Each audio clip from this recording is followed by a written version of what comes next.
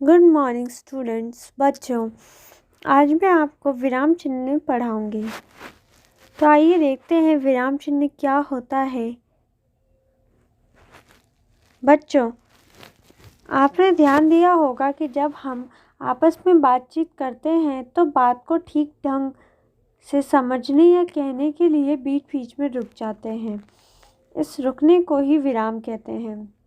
यानी जब हम आपस में बात करते हैं तो बात को अच्छी प्रकार से समझने के लिए और बीच बीच में भली प्रकार से समझने के लिए हम बीच बीच में रुक जाते हैं। इस रुकने को ही विराम कहते हैं। यदि हम बिना रुके अपनी बात कहेंगे तो अर्थ समझना कठिन होगा। जैसे रोको मत जाने दो। इस वाक्य का अर्थ समझना कठिन है कि यहाँ रुकने की बात कही जा रही है या जाने की। देखिए, रोको मत जाने दो। इस वाक्य में रोकने की बात कही गई है। रोको मत जाने दो। इस वाक्य में जाने की बात कही गई है। इस प्रकार आपने देखा कि एक छोटे से चिन्ह ने वाक्य का अर्थ ही बदल दिया। लिखते समय विराम के लिए कुछ चिन्हों का प्रयोग किया जाता है, उन्हें विराम चिन्ह कहते हैं।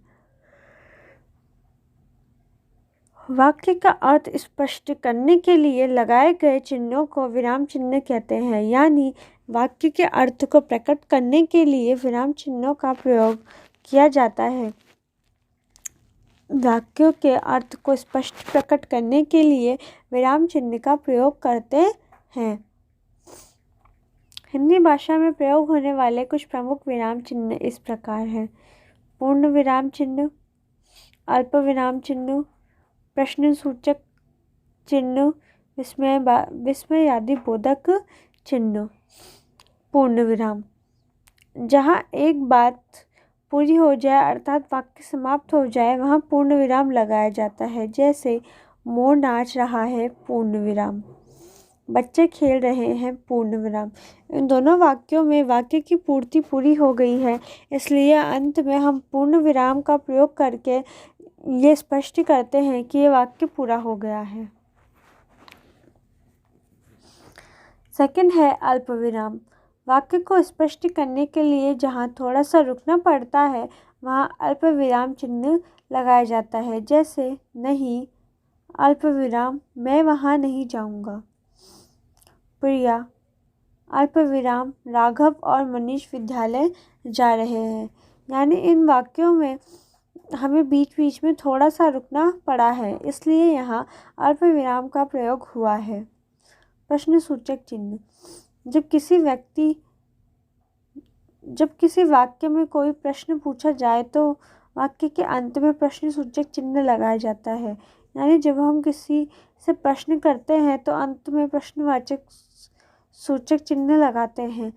तुम्हारा क्या नाम है? प्रश्नवाचक चिन्ह। तुम किस विद्यालय में पढ़ते हो? प्रश्नवाचक चिन्ह। इन दोनों वाक्यों में प्रश्न सूचक चिन्ह लगा के हमने स्पष्ट किया है कि यह प्रश्नवाचक चिन्ह ही है। विस्मय आदि बोधक चिन्ह।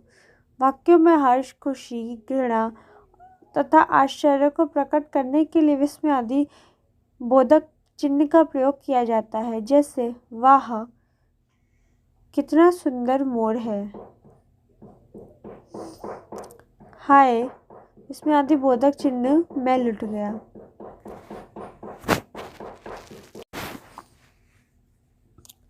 पहले वाक्य में हर्ष, खुशी का भाव प्रकट हो रहा है और दूसरे वाक्य में दुख का भाव प्रकट हो रहा है। सो स्टूडेंट्स, इस तरह मैंने आपको विराम चिन्ह और हिंदी में प्रयोग होने वाले कुछ प्रमुख विराम चिन्हों के बारे में बताया है।